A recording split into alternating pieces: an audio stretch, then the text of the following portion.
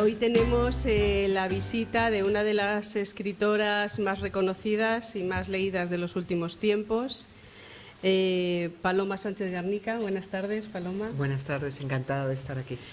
Que ha tenido, bueno, pues ha podido sacar un ratito, a pesar de que imaginamos la agenda tremenda que tendrá de presentaciones, de libros, de encuentros literarios, etcétera, etcétera. Bueno, ha podido, como os decía, sacar un poquito de tiempo para acercarse a Toledo y venir a la Biblioteca de Castilla-La Mancha. Esta tarde tenemos el encuentro con Paloma, que va a hablar de su último libro, La sospecha de Sofía, como tienen aquí ustedes, puesto la portada o la cubierta del libro, que es su última novela. Ella, la verdad es que, aunque empezó a escribir hace unos años, la verdad es que lleva bastantes novelas escritas y muchas, o casi todas o todas, con muchísimo éxito de crítica y de público. De hecho, alguna ha recibido un premio, ahora mi compañero un poco hará la semblanza de Paloma, y también alguna incluso ha sido llevada a la televisión, con lo cual, bueno, pues la verdad estamos ante una escritora reconocida y muy querida por los lectores y por las lectoras, y eso es lo más importante, porque para las bibliotecas el centro, uno de los centros de nuestras actividades más importantes es ese encuentro, ese compartir vivencias entre lectores y escritores, porque ahí es donde se hace esa unión entre lo que alguien quiere comunicar a través de su libro y lo que los lectores conseguimos recibir a través de ese escritor o de esa escritora. Entonces, en esa comunión que son los encuentros literarios, bueno, pues esta tarde tenemos a Paloma. Le damos las gracias, muchísimas gracias, Paloma, por estar aquí. Lo que sí, ya que somos privilegiados por tenerla esta tarde con nosotros, estaría muy bien que todas y todos que hayáis leído la novela, pues podemos establecer un diálogo con ella, pues para preguntarle o para conversar o comentar cualquier faceta no solo de su último libro, sino de cualquiera de los libros anteriores, si así les parece. Y bueno, darles las gracias por haber sorteado las inclemencias climáticas y haber subido hasta aquí, hasta la biblioteca, a pesar del tiempo y a pesar de que tenemos los problemas de autobuses que tenemos en Toledo. A ver si el ayuntamiento ya por fin nos soluciona los problemas de transporte público. Sí, es que tenemos los autobuses que no suben hasta arriba y tenemos que hacer el esfuerzo. Por eso a veces tenemos, ¿verdad?, que nos está afectando bastante. Bueno, entonces, por eso, gracias doblemente. Por mi parte, nada más. Simplemente tenemos con nosotros a Jesús Álvarez, que es compañero coordinador de actividades culturales de la biblioteca, quien va a hacer una semblanza de Paloma, brevemente, tanto de su vida como de su obra. Y ya a continuación pasaremos a escucharla, que es realmente a lo que hemos venido esta tarde. Pues nada, cuando quieras, Jesús, y muchísimas gracias. Muchas gracias, Carmen. Muchas gracias, Paloma, de nuevo por acompañarnos. Yo he estado revisando un poco la trayectoria y también, para qué decirte, también tu página web, y me ha encantado tu autorretrato. Sí. ¿Qué te hace? Que no se oye. ¿No se oye? Sí, acércate un poco. ¿No? Que no ¿Se oye ahora? Sí. Bueno, si no grito no hay problema. ¿Vale? Y lo que me ha encantado es cuando me he puesto a ver un poco de tu vida, tu autorretrato, me ha fascinado. Me ha fascinado cómo lo presentas, cómo presentas tu vida. Comentarles, seguro muchos de ustedes ya sabrán, Paloma nació en el barrio de Chamberí, en Madrid. Es la pequeña de 4 hermanos. Me llamó mucho la atención cómo te referías a esa relación de ser la pequeña con tus hermanos mayores. Y bueno, pues un poco indagando y viendo un poco tu trayectoria, todo lo que es tu vida, cómo no la explicas, me resultó muy fácil un poco hacerme a la idea de cómo podía ser o cómo había sido transcurrido lo que tú nos transmitías en ese autorretrato. Casi hasta sufría yo cuando comentaban los 6 años de oposición en registradora, adjudicatura y demás, que así lo sufría yo, que también lo sufrí, pero decía, no, lo entiendo perfectamente. Luego me pareció muy entrañable la relación cuando hablas de cuando conoces a Manolo, a tu esposo, y cómo un poco se fragua esa relación. Entonces, bueno, al fin y al cabo yo cuando me pongo a verlo y veo que realmente es un poco... no es una descripción de tu trayectoria profesional en cuanto a tu trayectoria bibliográfica, de cómo has ido escribiendo, cuáles son tus inquietudes, sino te abres un poco a cómo eres tú. Y al final me gusta mucho una frase que leo al final, dice que lo mejor para ti ha sido aprender a leer. A mí eso me encanta, porque pienso que podemos saber de muchas cosas, pero el aprender a leer nos llena de vida y como, bueno, ahora en el Ministerio, en el plan de lectura 2017-2020 aparece el lema de leer te da vidas extras. Yo creo que cogiendo un poco esa línea, a mí me ha encantado esa expresión. Simplemente me llamó la atención de que a raíz de que decides comenzar a escribir en 2004, ha sido una trayectoria, bueno, fulgurante y muy rápida, lo que te ha llevado a escribir muchos libros, empezando por El Gran Arcano, como muchos de ustedes conocerán, La Brisa de Oriente, El Alma de las Piedras, Las Tres Heridas, y seguro muchos de ustedes conocen La Sonata del Silencio, que se llevó a la pantalla.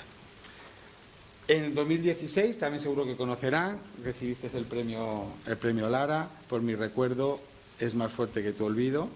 Y ahora me imagino que con La sospecha de Sofía este público quiere un poco indagar un poco más en el entresijo de la novela y aquí espero que puedan aprender mucho de ello. Todo tuyo. Bueno.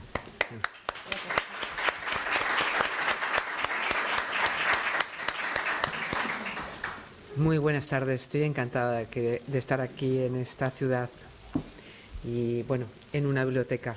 Gracias a los bibliotecarios, a las bibliotecarias por fomentar la lectura y por hacer esfuerzos para que la gente entre aquí y lea. Creo que los libreros y los bibliotecarios sois fundamentales en una sociedad, así que muchísimas gracias. Bueno, yo no sé, estábamos hablando antes, no sé si podemos hablar de la novela sin ningún problema o hay gente que no la ha leído. Es que claro, sabía que había algunos que no la habían terminado.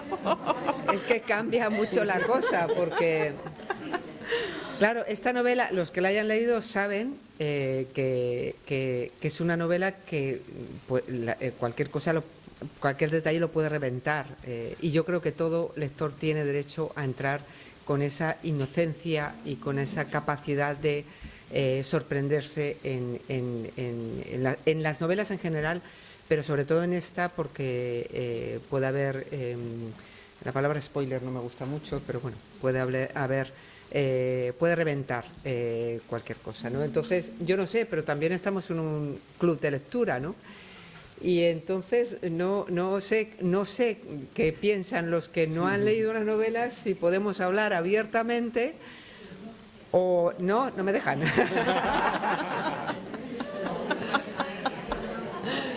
Veo cabezas negativas por ahí. Claro, yo es que yo además lo tengo muy presente porque sobre todo los periodistas cuando me hacen entrevistas y me preguntan y sobre todo son periodistas escritos y me hacen una pregunta que entra muy, digo, eso no lo puedes contar, porque revientas la historia, ¿no?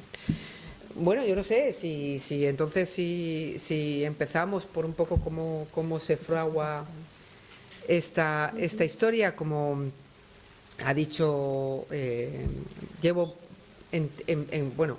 poco tiempo escribiendo, nunca antes del 2003 había pensado en escribir, jamás me había planteado escribir una novela, he sido lectora voraz desde que tengo uso de razón, soy de esa generación que habrá muchas aquí, de los que me fascinaban los libros de Nick Brighton, sí. Los 5, los 7 secretos, los Hollister, Para mí era fascinante. Lo que ha dicho de mis hermanos, bueno, pues el ser una niña y la pequeña y tener además delante de mí a dos chicos, porque mi hermana me llevaba 8 años y no me la encontré hasta cuando prácticamente fui madre, fue cuando entonces me encontré con mi hermana. Pero de los dos chicos, claro, tenía que quitarme de en medio, tenía que convertirme en una niña casi invisible para no recibir pues las tortas que ellos se daban entre ellos. Si me pillaban a mí por medio, pues me las llevaba yo. Mi vida como lectora fue siempre el mundo de los libros, el mundo de las bibliotecas, el mundo de las librerías.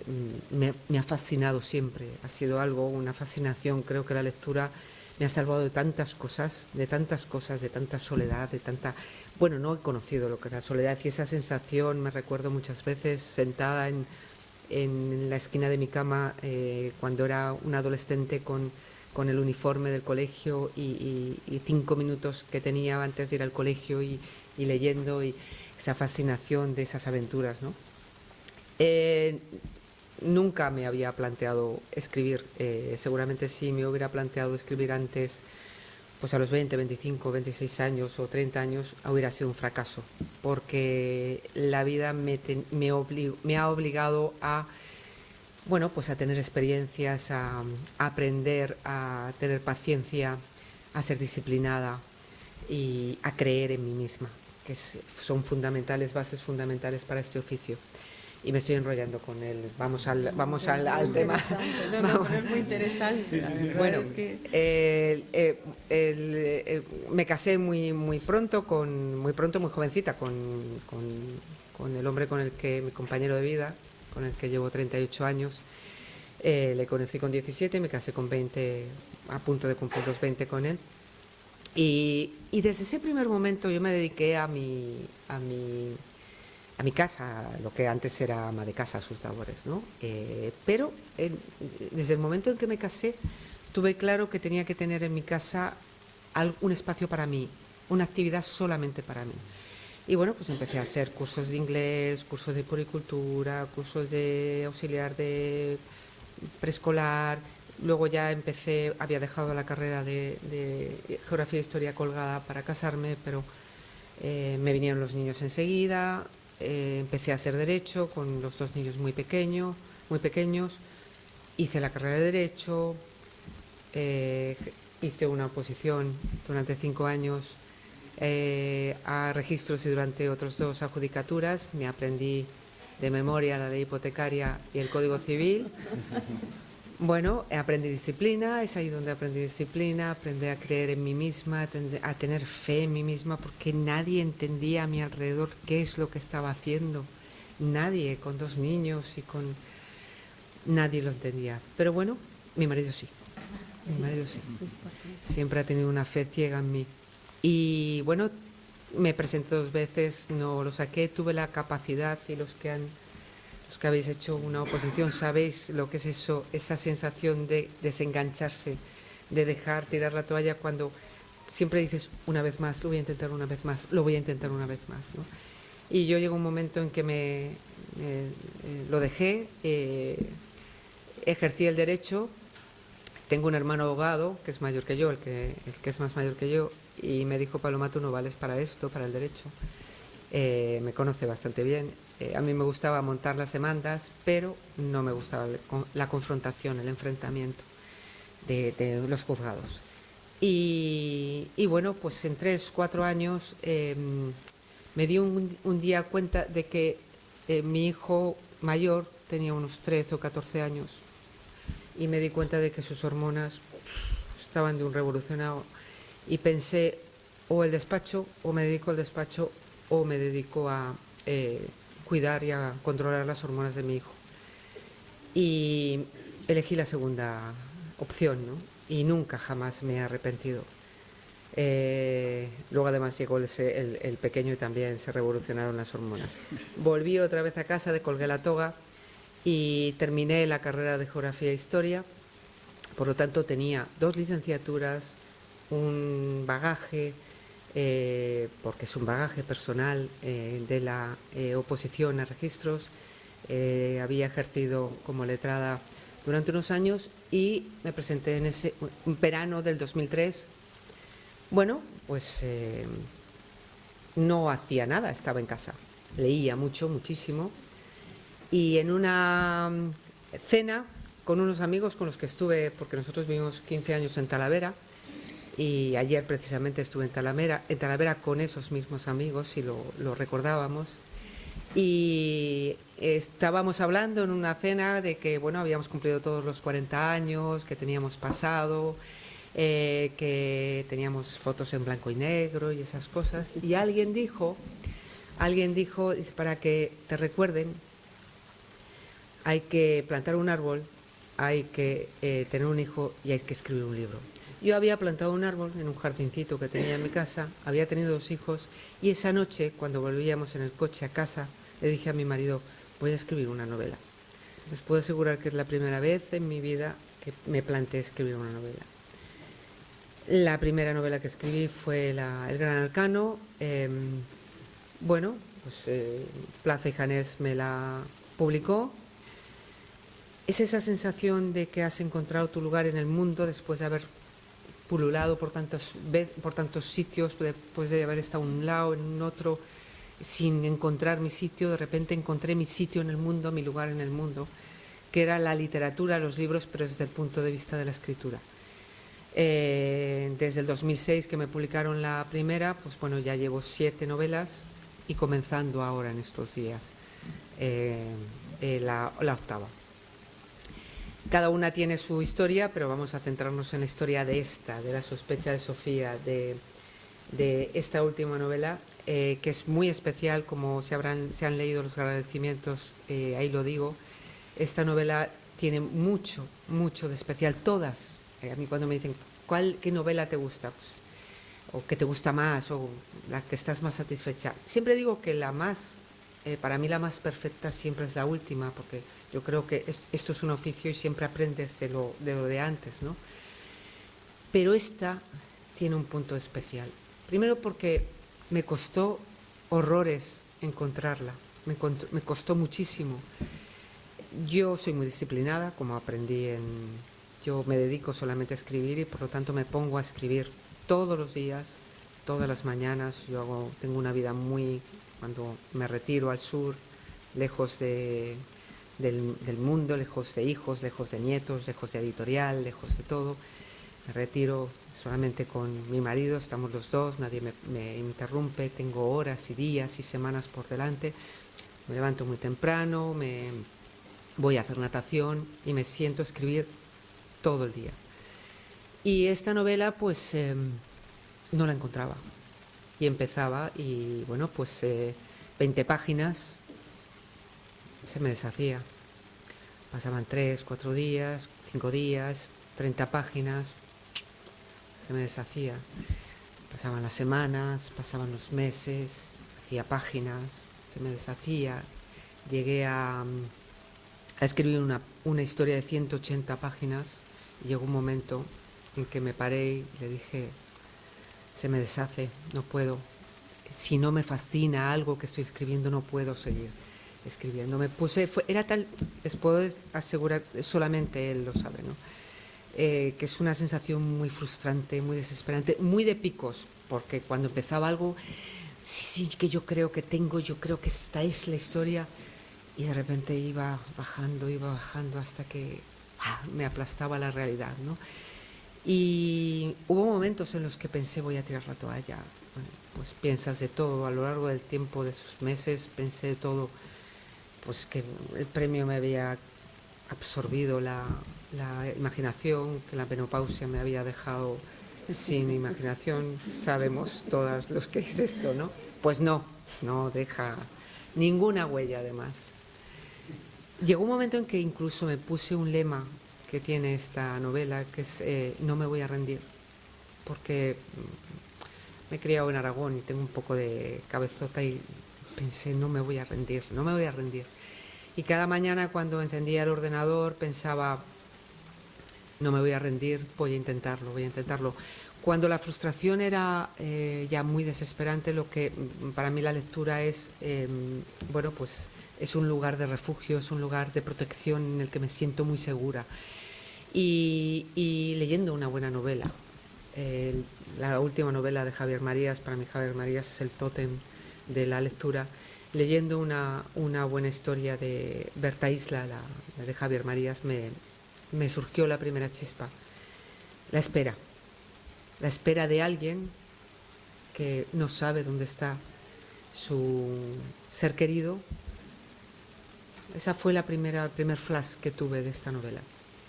Leí en apenas 2 días 2 novelas sobre las que Javier Marías se había documentado, La mujer de Martín Guerre y El coronel Chabert de Balzac, y con esos mimbres me puse a escribir el 5 de febrero del año pasado, el 2018, el comienzo de esta novela. Tuve tan claro que era esta historia que yo le había dicho a mi editora un año antes. Le había dicho: no me preguntes nada porque estoy muy perdida, y ella es muy respetuosa y no me había dicho nada. Y al día siguiente le puse en un correo: Puri, tengo historia, por fin tengo historia, ¿no? Lo tenía tan claro, eran 12 o 13 páginas, y esa historia, que es La sospecha de Sofía, empezó a fluir en mi cabeza de una manera brutal. Además, bueno, pues es especial porque 20 días después, el 19 de febrero, me dieron una mala noticia de salud, un bofetón con la mano abierta, que tuve que asimilar, que tuve que superar. Y bueno, con todo lo que me pasó después, pues porque tienes que ir a médicos, a tal. Pero los personajes de esta novela me abrazaron de una forma, me salvaron, me protegieron. Era ponerme a escribir y olvidarme absolutamente de todo lo que estaba pasando, todo alrededor no importaba. Era tan la pasión, tan la energía que me metían que es que no tengo más que agradecerles a ellos, ¿no? La terminé, siempre a mí mis novelas han sido de 1 año, año y medio. Esta novela la terminé, empecé el 5 de febrero y la terminé prácticamente el 15 a mediados de julio. Lo que es la novela, luego hubo muchísimas relecturas, en 5 o 6 meses estaba ahí la novela.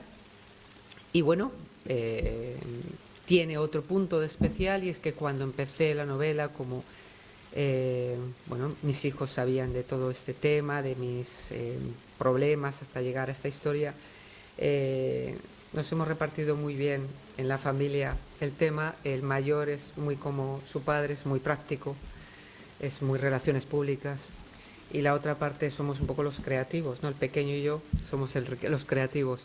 El pequeño es piloto, no tiene nada que ver con la música, pero lleva la música en las venas desde que nació.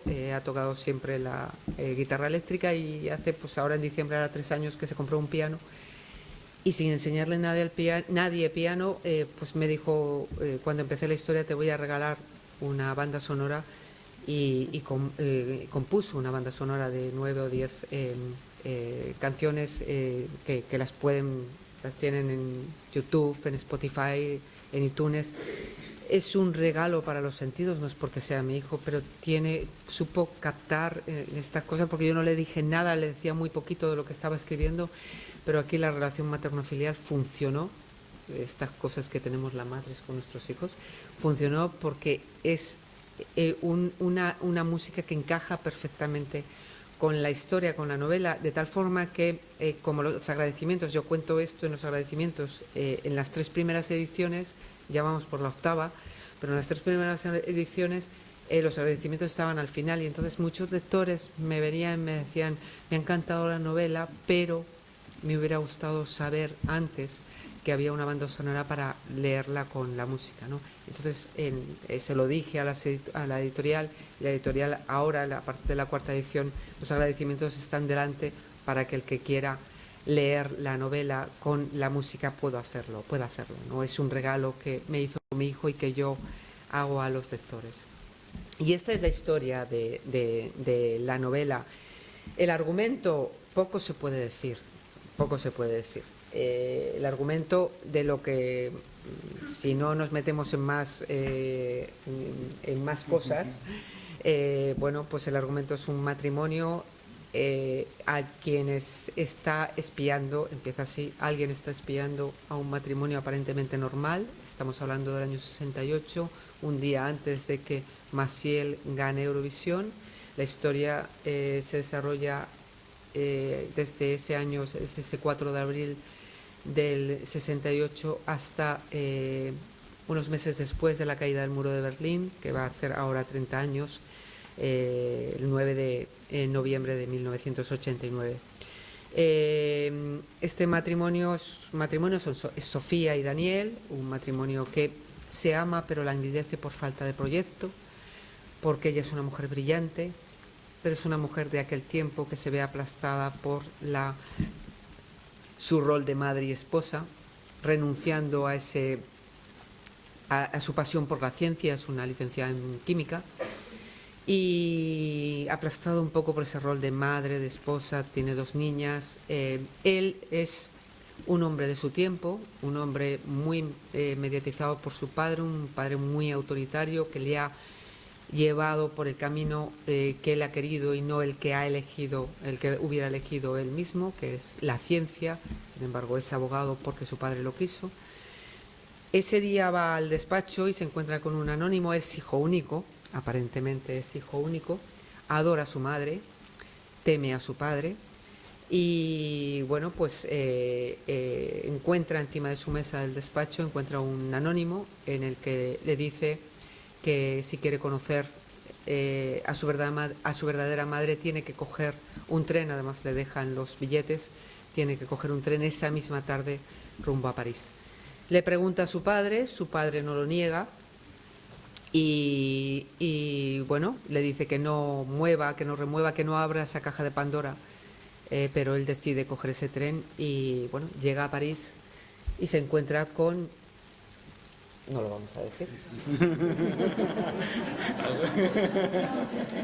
No lo vamos a decir. Pero ese viaje le cambia absolutamente su vida. La historia transita por ese Madrid tardofranquista, en una dictadura que languidece, pero que se mantuvo hasta la muerte del dictador en su cama en el 75. Transita también por esos años 70 y esa explosión de luz y libertad que tuvimos aquí en los años 80. Otros escenarios también están en ese mayo del 68 en París, que nos han vendido muy bien los franceses. Para eso son únicos. Parece que es que solamente hubo esa revuelta, esa revolución en París, cuando realmente hubo muchas cosas, muchos eventos mucho más importantes y muchas revoluciones más importantes y más trascendentales en el mundo en ese año y en el año anterior y en el posterior.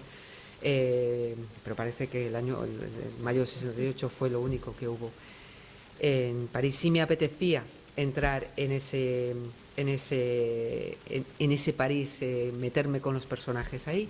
Y luego hay otro escenario que a mí me fascina, que es el Berlín de la República Democrática Alemana, ¿no? El Berlín, ese Berlín de la Stasi, ese Berlín de esa dictadura potente en esa época, la dictadura de signo comunista, como contraste un poco para todo, ¿no? Y bueno, pues se mueven en ese terreno. Eso es lo que puedo contar de la historia. No sé qué podemos contar más. No sé. Claro.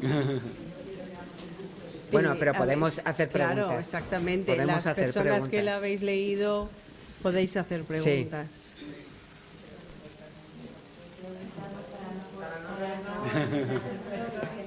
Tú pregunta. Sí, ya exactamente, ya veremos cómo le damos el... Yo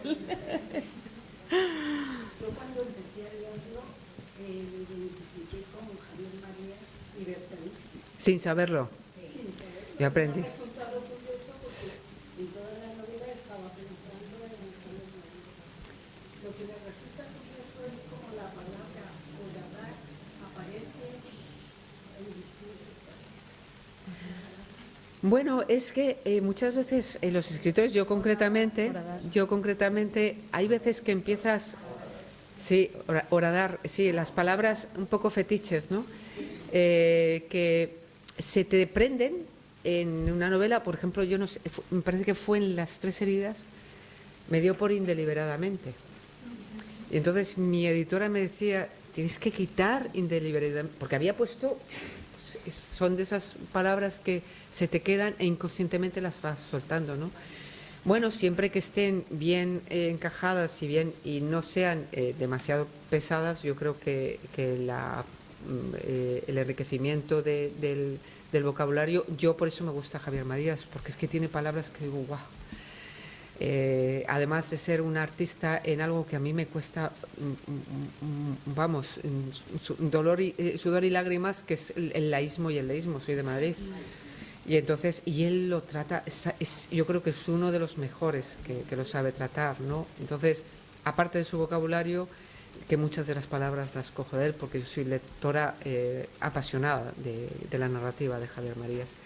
Y bueno, pues sí, que hay algunas palabras que me repito y que son un poco peculiares y bueno, pero espero que hayan estado bien encajadas en los...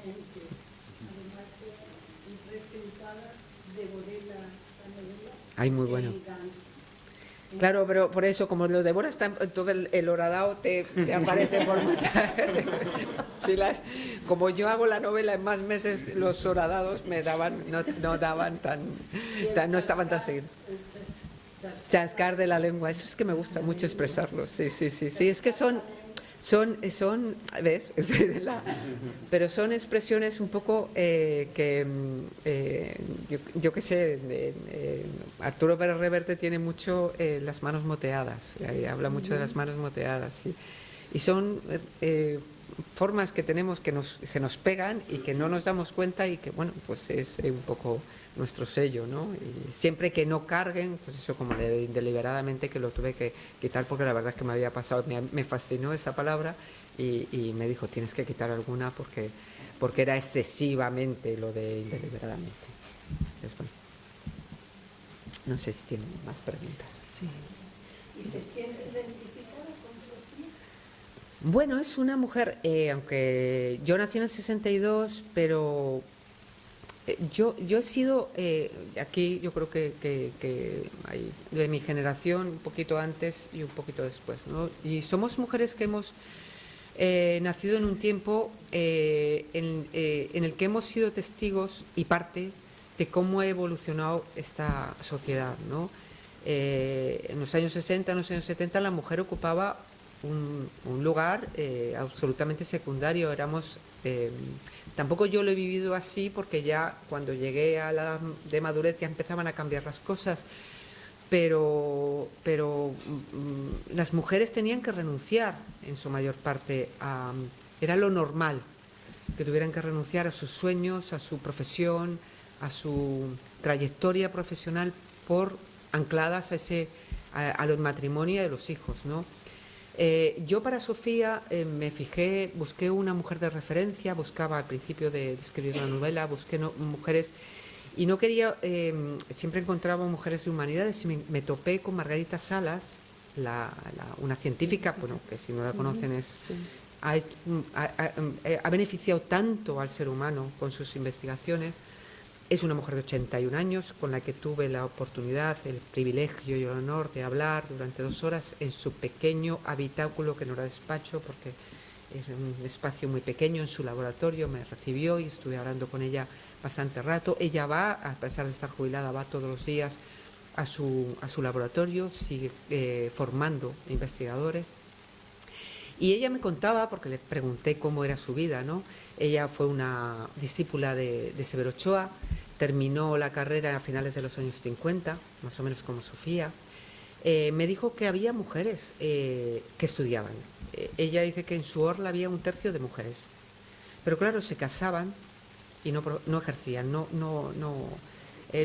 seguían con la profesión. Era muy difícil, y más en un ámbito de la investigación que supone muchísimo tiempo. Ella dice que era una anomalía, me decía así. Yo fui una anomalía porque, aparte de que tuvo la fortuna de tener un poco el enchufe, como decía ella, de Severo Ochoa, gracias a una carta y una recomendación de Severo Ochoa, la acogieron aquí para hacer la tesis doctoral, porque si no su director de tesis no la hubiera aceptado, y de hecho lo reconoce él, que en principio la trató como, bueno, esta que le da por hacer una tesis doctoral.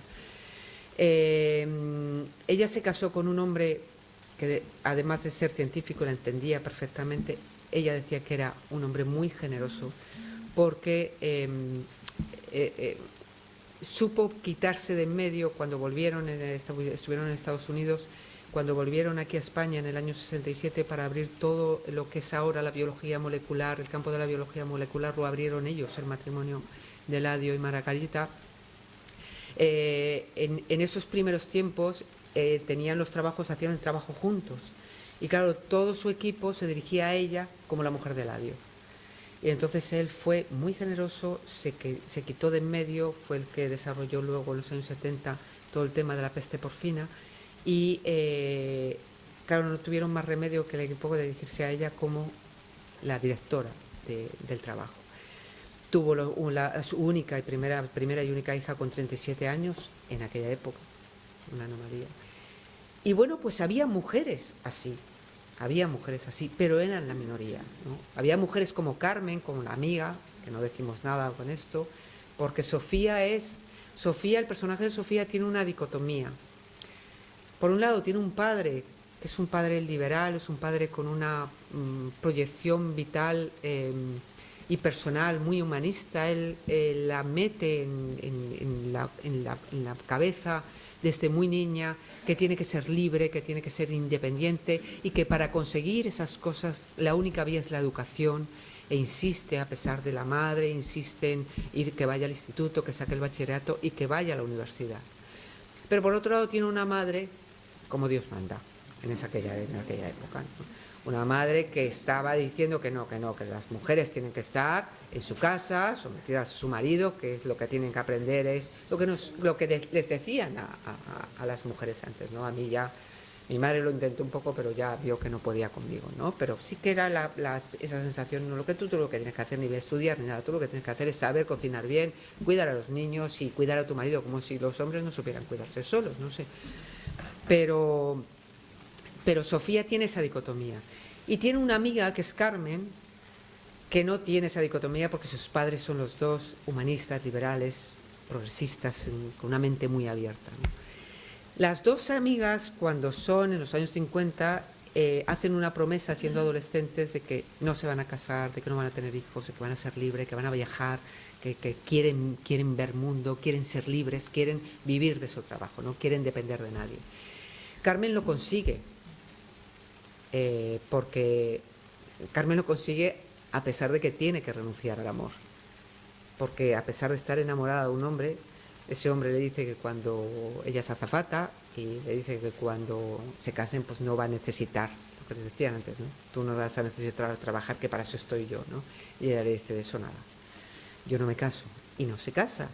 Sin embargo, Sofía conoce a Daniel, se enamoran, y la madre pues pone toda una alfombra roja para que llegue al matrimonio, y de repente se ve en un matrimonio, se ve y se ve atrapada en un matrimonio demasiado precipitado, a pesar de que el padre insiste y le dice a Daniel, oye, tiene que seguir estudiando porque le quedaba un año, y consigue ella, a pesar de todo, consigue licenciarse, pero se queda atrapada en esa situación en la que una mujer casada, por mucho que ahora nos cueste, sobre todo a la gente más joven, las que tenemos ya una visión de ese pasado lo sabemos, una mujer casada ya no podía, era muy complicado hacer una vida independiente, es decir, hacer una tesis doctoral, porque no se daban las condiciones en la familia, ¿no? El hombre tenía que ayudarla, tenía que estar tan motivado como ella, como le pasó a Margarita Salas, ¿no? Y bueno, pues Daniel no estaba nada motivado. Primero, personalmente, yo creo que Daniel es una víctima de esa sociedad castradora, estaba educado para ocupar una posición de dominio sobre ella, y a pesar de no ser feliz con ella, pues se desarrolla entre ellos la base del machismo, que yo creo que, no sé si estarán de acuerdo conmigo, yo creo que un hombre machista es aquel que teme que su compañera, que su mujer, brille, porque teme que con ese brillo, que ella brille, pues que las carencias de él queden en evidencia, ¿no? O que se ensombrezca. Nada más lejos de la verdad, ¿no? Un hombre que está al lado de una mujer brillante, igual que una mujer que está al lado de un hombre brillante, si realmente están motivados el uno con el otro, brillan los dos y se enriquecen los dos, ¿no? Pero esa es la base del machismo, y ahí estaba también, ¿no?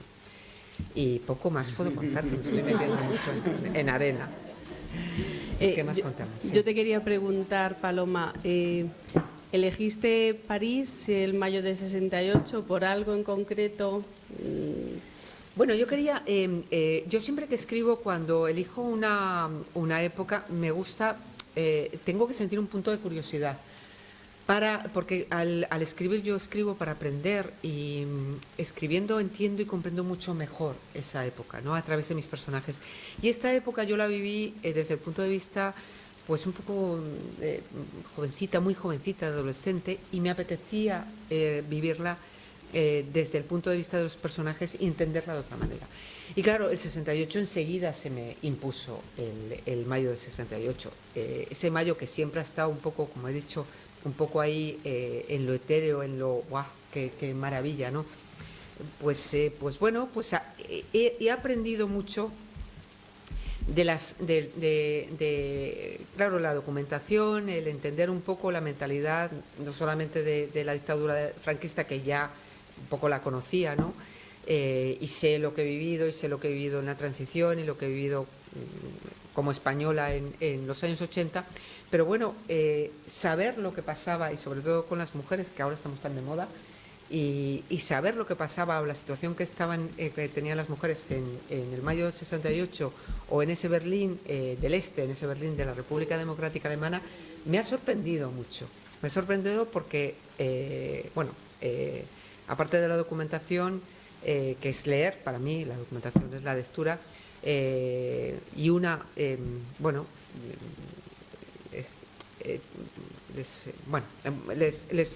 os voy a contar un poco para llegar a lo que quiero. Berlín lo elegí porque para mí Berlín es una ciudad especial, porque tuvimos la fortuna histórica de estar 40 días antes de la caída del muro de Berlín en Berlín. Nosotros viajábamos, cuando éramos jóvenes, viajábamos con el coche por Europa, y ese mes de septiembre del 89 llegamos a la República Federal Alemana, a la República Occidental, la República Alemana del lado occidental. Allí estuvimos con un amigo de mi padre, le dijimos que queríamos pasar a la República Democrática Alemana. Berlín estaba en el centro de la República Democrática Alemana. Nos dijo que podíamos pasar con el coche, nos advirtió, cuando paséis la frontera, lleguéis a la frontera, no os asustéis, parece que estáis entrando en un campo de concentración, eran unas torretas, impresionante, no llevar el tanque lleno de gasolina, no paréis y no vayáis a más de 80, porque están deseando pararos para multaros, ¿no? Económicamente andaban un poquito mal. Llegamos con el coche al Berlín Occidental, una ciudad que ya, pues Madrid ya tenía mucha luz, no se recuerdan las sombreras, los pelos, los colores y tal, pero Berlín era una ciudad con un pálpito vital bestial, con unos coches, unos Mercedes, un colorido en los escaparates, con gente en la calle, una sensación de libertad impresionante. Dejamos el coche, cogimos el tren en el zoo, para los que hayan leído el libro, el mismo trayecto que hacen dos personajes. Pasamos al otro lado del muro, en la estación de Friedrichstraße.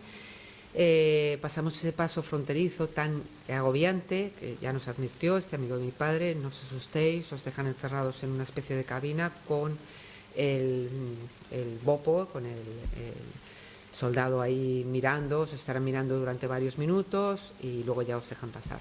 Bueno, pues de pasar de esa ciudad, era la misma ciudad, Occidente estaba rodeado por un muro, pasar al otro lado, de una ciudad palpitante de vida y de color, nos encontramos con una ciudad totalmente detenida en el tiempo, gris, lenta, con muy pocos coches y todos iguales. nos obligaron a cambiar lo que entonces eran 6.000 pesetas en marcos. No había dónde gastarlo. Estuvimos unas horas buscando dónde gastar, no había nada. Bueno, pues mi marido dijo la frase ya en el Berlín Occidental, paseando, porque en el Berlín Occidental podías tocar el muro, en la parte este no podías tocarlo porque había una zona de seguridad hasta el muro de 150 metros. Igual, si intentabas, te mataban. Pero dijo, en la parte occidental, dijo, ¿te das cuenta de que este muro lo verán caer nuestros hijos? Y a los 40 días, esto era el 18 de septiembre del 89, y a los 40 días cuando nos enteramos que había caído el muro de Berlín, fue como una sensación de locura, como ellos, los berlineses, contaban, ¿no? La noche de locura. Para mí Berlín fue un referente, estuve muy pendiente de la visita de Rostropovich al día siguiente.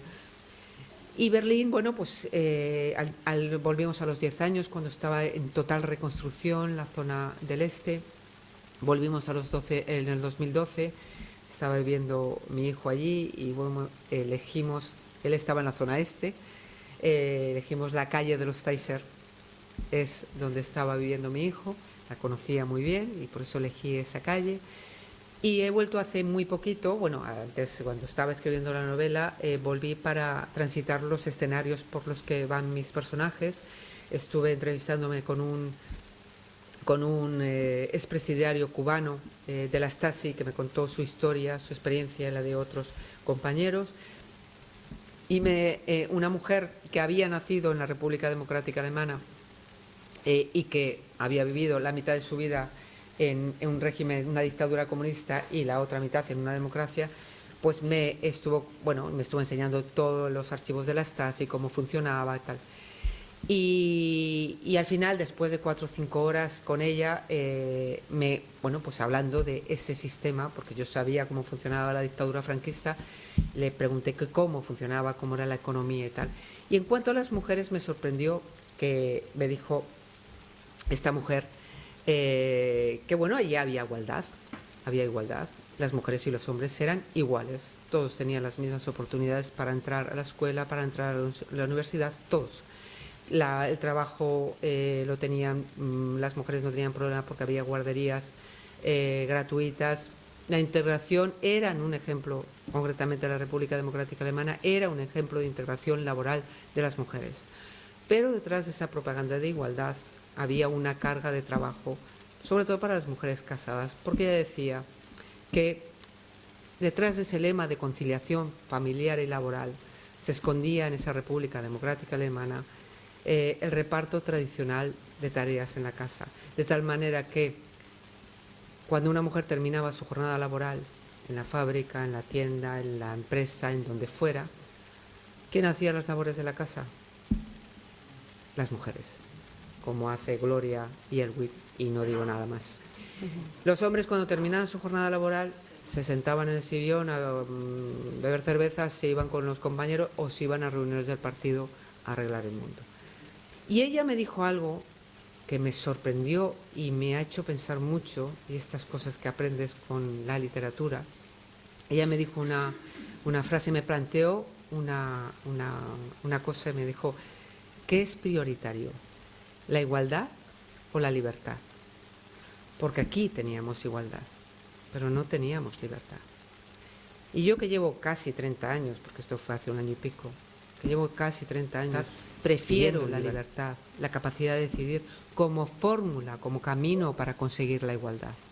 Es un camino más arduo, más complicado, pero prefiero la capacidad de decidir sobre mi vida que no la igualdad. Entonces, bueno, al final pienso, es preferible siempre una democracia imperfecta que una dictadura perfecta, ¿no? Del signo que sea. Esto en cuanto a la República Democrática Alemana, pero ¿qué pasa en el Mayo francés? Un Estado, con el tema de las mujeres, un Estado democrático. Ese Mayo que parece que fue ahí la revolución sexual de las mujeres. No, había un feminismo latente, pero las mujeres, el rol de las mujeres en Francia, en París, prácticamente era el mismo que teníamos aquí. Las mujeres estudiaban Pero cuando se casaban dejaban de estudiar, dejaban su profesión y se dedicaban a ser madres y esposas. De hecho, las manifestaciones y las protestas, las mujeres participan, pero de forma muy minoritaria. Y si ven las fotos, si ven las ponen como si fuera la excepción que confirma la regla. Hay muy pocas mujeres y muchos hombres. Las mujeres no toman nunca la palabra en los cientos de asambleas que hubo en el Odeón y en la Sorbona, en las calles, porque tenían normalizado que el espacio público era de ellos. Ellas estaban para la intendencia, para las fotocopias, para los bocadillos, para... la izquierda, además, sobre todo el comunismo, quiso capitalizar esa revolución y priorizó la lucha de clases, y lo consiguió, porque para los trabajadores fue un triunfo, pero sin embargo lo priorizó con respecto a la lucha de sexos. Y eso frustró mucho a las mujeres. ¿Y qué pasó? Ahí estaba Simone de Beauvoir. Había publicado ya El segundo sexo, había un feminismo latente, y a partir de esa revolución, que sirvió de muy poco, que eso que querían hacer posible lo imposible, no lo consiguieron, no consiguieron apenas nada los universitarios, pero sí que el feminismo empezó a desarrollarse con mucha fuerza y con mucha más fluidez por ser un Estado de una democracia, que lo que luego nos pasó aquí en España. Franco murió en el 75, pero la democracia y la igualdad para las mujeres tardó mucho, ha tardado muchísimo, y todavía estamos en ello muchas cosas, ¿no? Llegó la Constitución del 78, llegaron las leyes igualitarias, el divorcio, el aborto, todo lo que nos fue haciendo iguales, y luego la mentalidad, porque unas cosas son las leyes y tardamos mucho más. En Francia todo fue mucho más fluido, mucho más rápido, ¿no? Eso es un poco lo que he aprendido y por lo que me gusta meterme en estas historias, ¿no? Me enrollo mucho, lo siento. No, muy bien, muy interesante, muy interesante. Más preguntas. Y era una parte del Stasi, que era un mecanismo que se identificaban todos, ¿no? ¿El qué? Toda la población de Alemania con el Stasi se fiaban una a otra. Bueno, la Stasi es que creó, fue un servicio secreto muy peculiar, porque se creó, en vez de para vigilar a países externos o para conseguir información de otros países, se creó para vigilar, controlar y conocer el pensamiento de sus propios ciudadanos. Únicamente tuvieron una pata que además se les resultó muy beneficiosa en la parte de la República Federal Alemana, pero se creó una estructura impresionante que en los últimos años eran 90.000, estaba constituida por 90.000 funcionarios muy bien pagados, en una población que tenía 16 millones de habitantes, y además había una figura un tanto siniestra, que era el informante. Había informantes voluntarios, adeptos al régimen, que creían que ese régimen era bueno y que no tenían ningún inconveniente en vigilar, pues, a sus allegados, a sus amigos, a sus compañeros de trabajo, informar sobre ellos. A cambio, generalmente, o bien de quedar bien ante el partido, o bien de conseguir mejoras en el trabajo, mejoras en la vivienda, mejoras en un coche con más rapidez. Bueno, tenían varias preventas. Pero luego estaba el informante obligado. Que era un desafecto al régimen, para purgar sus penas, pues le obligaban a vigilar, a informar, generalmente sobre gente muy allegada a él, su mujer, su esposo, sus hijos, sus padres, sus hermanos, sus amigos. ¿Y cómo lo hacían? A través de chantaje emocional. Expresidiario cubano, él estuvo preso en principios de los 70, me contaba que desarrollaron de forma casi perfecta, bueno, era una cosa brutal, la tortura blanca. No tocaban a nadie. Físicamente el KGB era muy brutal, físicamente llegaban hasta matar por torturas, pero sin embargo la Stasi no tocaban a los que detenían, les encerraban, les dejaban aislados, no sabían si eran de noche, perdían la noción del tiempo, no tenían contacto con ser humano alguno durante días y semanas, les interrogaban de forma constante sin tocarles, simplemente constantemente, durante horas y horas, apenas sin dejarles dormir. De tal manera que al final, a lo largo de meses y de semanas y meses, no solamente, como me decía él, no solamente te declarabas culpable, sino que te hacían sentir culpable. De tal manera que cuando te soltaban ya no eras un problema. Se creó una sociedad kafkiana en la que todos podían vigilarse, todos podían delatarse. Él me contaba que incluso entre los guardias que estaban en la cárcel se vigilaban unos a otros, entre los presos se vigilaban unos a otros. Toda la población era susceptible de ser vigilada. No todos estaban vigilados, pero todos eran susceptibles de ser vigilados. Entonces, y además se nota la diferencia, eso ha quedado todavía en las generaciones que viven. Esos alemanes, esto me lo decía esta mujer, ¿no?, son muy desconfiados, hablan poco y cuentan muy poco, ¿no? Les cuesta mucho porque cualquiera podía traicionarte. De hecho, a este hombre, a este cubano, le traicionó un amigo suyo. Estaban tomando un café, el amigo dijo que se iba al baño y no le volvió a ver. Entraron dos hombres, se lo llevaron, le metieron en una furgoneta y se lo llevaron, ¿no? Entonces, la Stasi da para muchas novelas. ¿Sí? La verdad es que fue un sistema perfecto en cuanto al control de sus propios habitantes, algo inaudito, ¿no? Porque normalmente los servicios secretos buscan información en países extranjeros para beneficiar o que puedan dañar al propio país. Aquí no, aquí lo que pretendían es controlar cualquier desafección, ¿no? Y cualquier desafección era, pues no pues tener un disco de Occidente o tener café occidental, ¿no? Ahora, en la actualidad todavía tienen esa marca. Tiene esa marca, y fíjese un detalle, yo pude conseguir sin ningún problema un guía que fue este hombre, que me enseñó toda la cárcel, las dependencias de la cárcel de la Stasi, que está abierta al público. Para eso los alemanes saben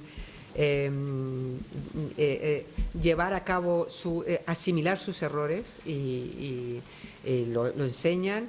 Ya esta mujer también, para que me enseñase todos los mecanismos, pero yo buscaba a alguien que hubiera pertenecido a la Stasi, y me dijo el guía, que me estuvo tramitando todo, me dijo: no busques, porque nadie va a admitir que ha pertenecido a la Stasi. Nadie va a admitirlo. Putin también era de la Stasi, estuvo en los servicios secretos, que es verdad. Bueno, es que claro, nos enteramos de eso. ¿Y la canción libre de Nino Bravo? Yo no lo sabía. Yo no sé si lo sabían ustedes, pero yo no tenía ni idea de que, claro, cuando lo escuchas, toma todo el sentido, cobra todo el sentido la letra, ¿no?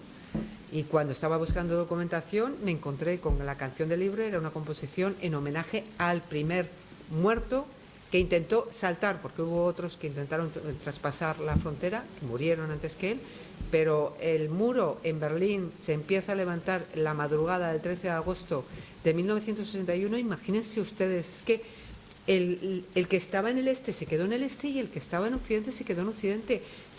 Porque hasta ese momento había separación y había fronteras, pero podían entrar y salir sin ningún problema. De hecho, ese 13 de agosto, 55.000 personas del este pasaban a trabajar al lado occidental sin ningún problema.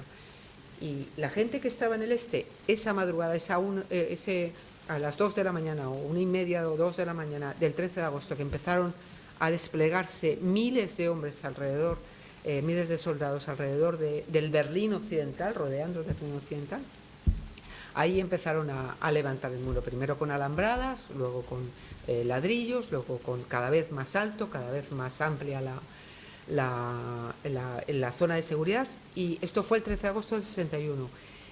El 18 de agosto del 62, es decir, un año después, Peter Fetzer, un chaval de 18 años que se había quedado en el este y su hermana se había quedado en el oeste, era un aprendiz de albañil, con otro chaval, intentaron saltar el muro. La zona de seguridad entonces solamente eran unos 50 metros, se trataba de correr y saltar, podían todavía saltar, luego ya cada vez fue más imposible. Entonces esperaron el momento, corrieron, justo cuando estaban a punto de saltar, a él le hirieron en la cadera, cayó justo al lado del muro. El otro chico consiguió saltar, él no pudo, era la zona de seguridad, llamaban la zona de la zona de la muerte, y a la vista, porque claro, los de Occidente, el lado de Berlín Occidental, lo estaban viendo, lo podían ver, incluso hay fotografías, si se meten en internet las hay. Este chico estuvo durante casi una hora clamando ayuda, desangrándose, porque los occidentales, era el sector americano, no dejaron pasar a nadie porque podía haber un conflicto diplomático, entonces no permitieron a nadie saltar porque le podían disparar, y los BOPOS, los guardias del este, de la República Democrática Alemana, no podían pasar a la zona de seguridad sin una autorización. Entonces, hasta que no les dieron la autorización, pasaron luego 3 guardias y les recogieron, y se ve a uno que les llevan en brazos ya. Murió, ese chico murió a la vista de cientos de personas, pegado al muro, un chaval de 18 años. Y en el año 72 se compuso esa canción de Libre, que luego cantó Nino Bravo, unos meses, porque murió enseguida. Salió en el 73 y él murió en octubre del 73. Así que, bueno, es sorprendente, sorprendido. Y Putin sí, Putin me sorprendió que en sus años jóvenes estuvo en la Stasi. Bueno, las cosas de los rusos.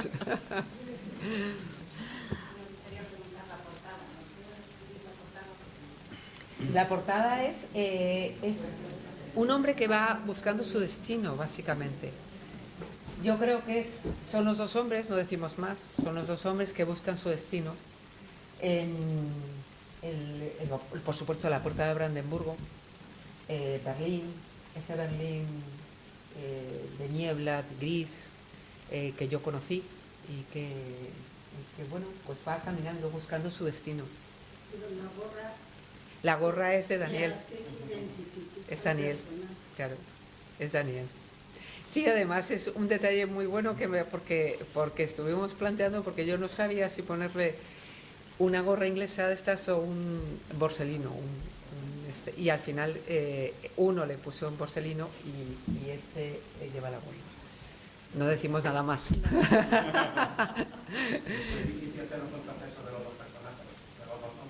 Bueno, Daniel, yo creo que lo que he dicho antes, yo creo que es una víctima de esa sociedad castradora que le educó para tener una actitud dominante hacia su esposa. Es un hombre sometido a su padre, a la autoridad de su padre, que no decide absolutamente nada de su vida y bueno, que se ve abocado a una situación en la que pierde absolutamente todo, lo pierde todo. El otro personaje masculino yo creo que es el más atormentado de todos los personajes de la historia, porque se ve envuelto en una espiral, en un vórtice de traiciones, de mentiras, que le llevan a destruir todo ser que le importa, todo ser que le importa lo destruye. Y claro, arrastra una culpa brutal, ¿no?, que le lleva al destino que le lleva.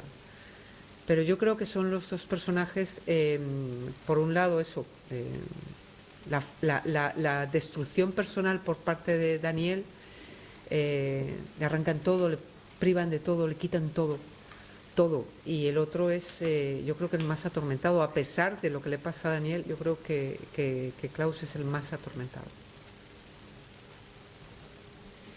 ¿Alguna pregunta? Ah, sí. Yo quería preguntarle si termina bien.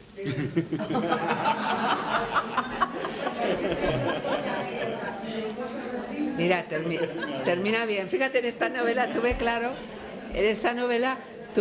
porque los que hayan leído la Sonata del Silencio saben cómo termina la Sonata del Silencio. La Sonata del Silencio, además, es que nunca quise hacer una novela rosa. Entonces, la Sonata del Silencio es del año 46 y las mujeres en el año 46 eran lo que eran. Entonces, no quise que tuviera un final, entre comillas, feliz, ¿no?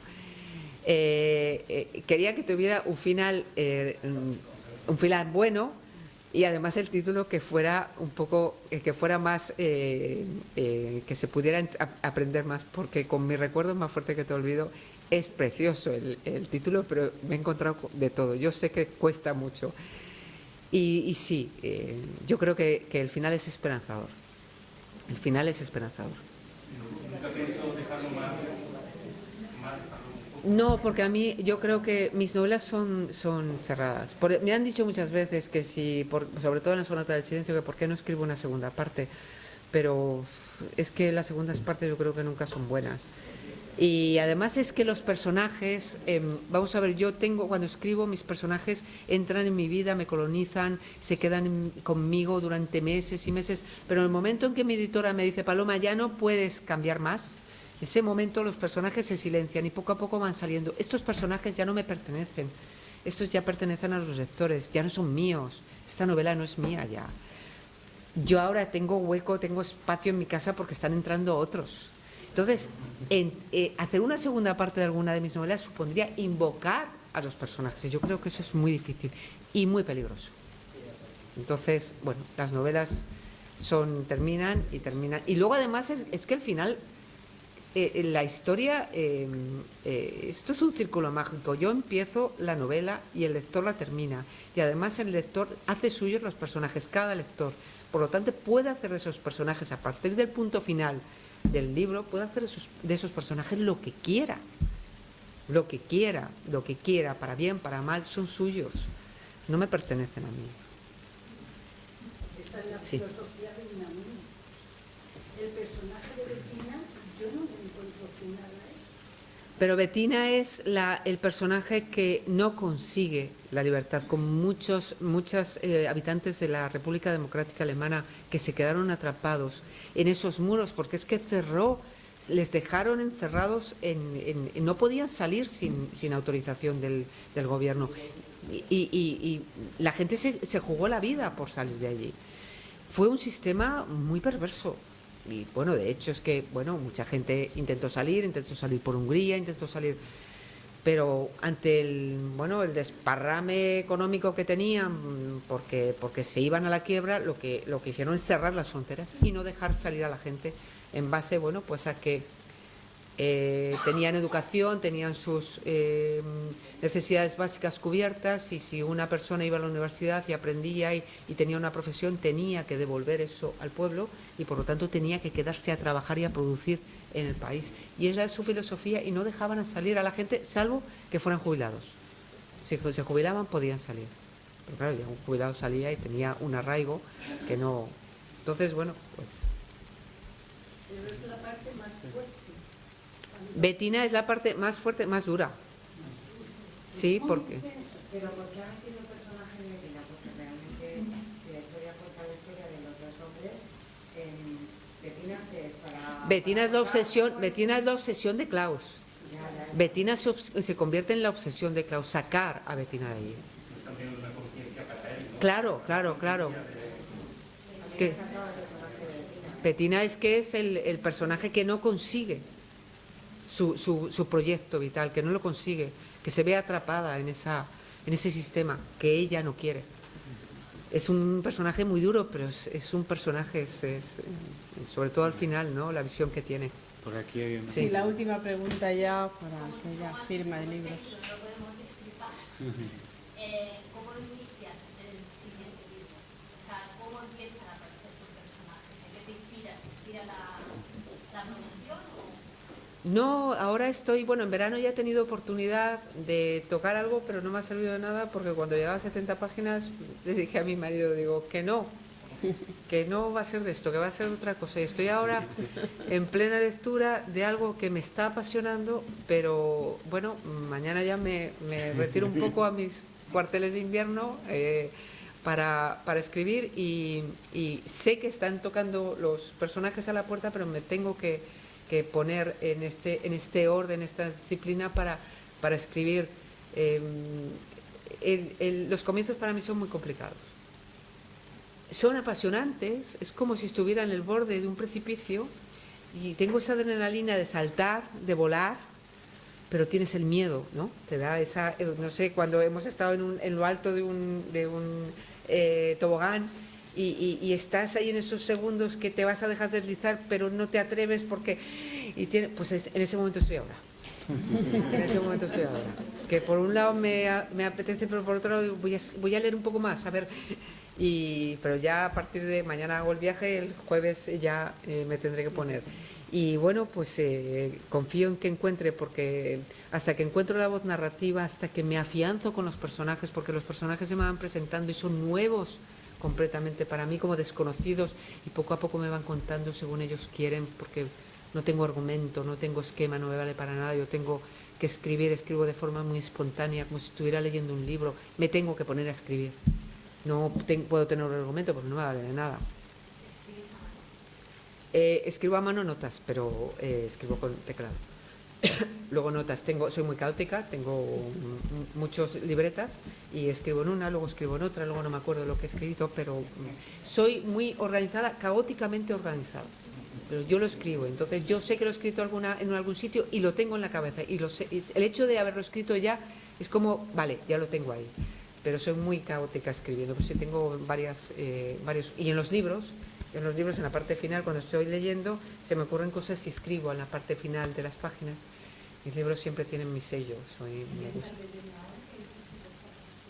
Ahora estoy leyendo una novela de 1000 páginas que es La octava vida, de Nino, no sé cómo se titula. Y llevo más de la mitad, pero bueno, son 1000 páginas, llevo 600 y pico, aparte de ensayos diversos, que no digo de qué son porque entonces destripo de lo que es. Pero estoy ahora con esa novela que me está gustando bastante, me está gustando mucho. Lo que pasa es que es muy larga, pero sí que esta me está gustando. La octava vida. Muy bien, pues muchísimas gracias, Paloma. Ha sido una delicia escucharte, la verdad. Me enrollo mucho. No, pero hasta la verdad es que mi querido sobrino me ha aguantado. Ha aguantado hasta el final, sí, ahí sí. está. Bueno, pues ahora, bueno, es el momento, si quieren que Paloma les firme algún ejemplar del libro, pues tendremos ese privilegio y ese gusto de que Paloma pueda estar un ratito más con nosotros. Gracias a todas y a todos.